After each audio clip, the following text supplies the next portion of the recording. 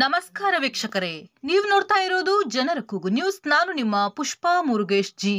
ವಿಜಯಪುರ ಜಿಲ್ಲಾ ಕಾಂಗ್ರೆಸ್ ಸಮಿತಿ ಹಾಗೂ ಅಹಿಂದ ಒಕ್ಕೂಟದ ನೇತೃತ್ವದಲ್ಲಿ ಸಾವಿರಾರು ಕಾರ್ಯಕರ್ತರು ನಗರದಲ್ಲಿ ಮಂಗಳವಾರ ಬೀದಿಗಿಳಿದು ಪ್ರತಿಭಟಿಸಿದರು.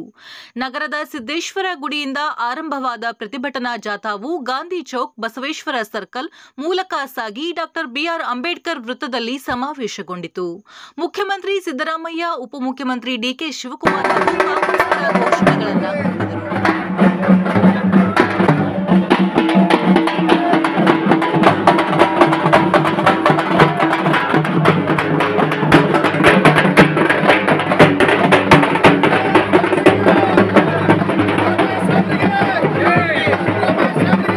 ಕೆಪಿಸಿಸಿ ವಕ್ತಾರ ಎಸ್ಎಂ ಪಾಟೀಲ್ ಗಣಿಹಾರ, ಮುಖಂಡರಾದ ಅಬ್ದುಲ್ ಹಮೀದ್ ಮುಷ್ರಿಫ್, ಮಲ್ಲಿಕಾರ್ಜುನ್ ಮದರಿ, ಬಿಕೆ ಬಿರಾದಾರ್, ಸಂತೋಷ್ ಚವ್ಹಾಣ್, ರಫೀಕ್ ಶಿರೋಳ್, ಸೋಮನಾಥ್ ಕಳ್ಳಿಮನಿ, ಸಿಬಿಎಸ್ಕಿ, ಸಂಗಮೇಶ್ ಬಬಲೇಶ್ವರ್, ಶರಣಪ್ಪ ಸುಣಗಾರ್, ವಿದ್ಯಾರಾಣಿ ತುಂಗಳ್, ದಿನೇಶ್ ಹಳ್ಳಿ, ಅಬ್ದುಲ್ ರಜಾಕ್ ಹೊರ್ತಿ, ಸುಜಾತಾ ಕಳ್ಳಿಮನಿ, ಸ್ನೇಹಲತಾ ಶೆಟ್ಟಿ, ಎಂಸಿ ಮುಲ್ಲಾ, ಫಯಾಜ್ ಕಲಾದಗಿ, ಅಡಿವೆಪ್ಪ ಸಾಲ್ಗಲ್, ಅರ್ಜುನ್ ರಾಠೋಡ್, ಮೊಹಮ್ಮದ್ ರಫೀಕ್ ಟಪಾಲ್, ಡಿಎಲ್ ಚವ್ಹಾಣ್, ಶಬೀರ್ ಜಹಗೀರ್ದಾರ್, ಜಬೀರ್ ಬಕ್ಷಿ, ಸಂಜು ಕಂಬಾಗಿ, ಅಕ್ರಮ್ ಮಾಶಾಳ್ಕರ್, ಕನಾನ್ ಮುಷ್ರಿಫ್ ಉಪಸ್ಥಿತರಿದ್ದರು.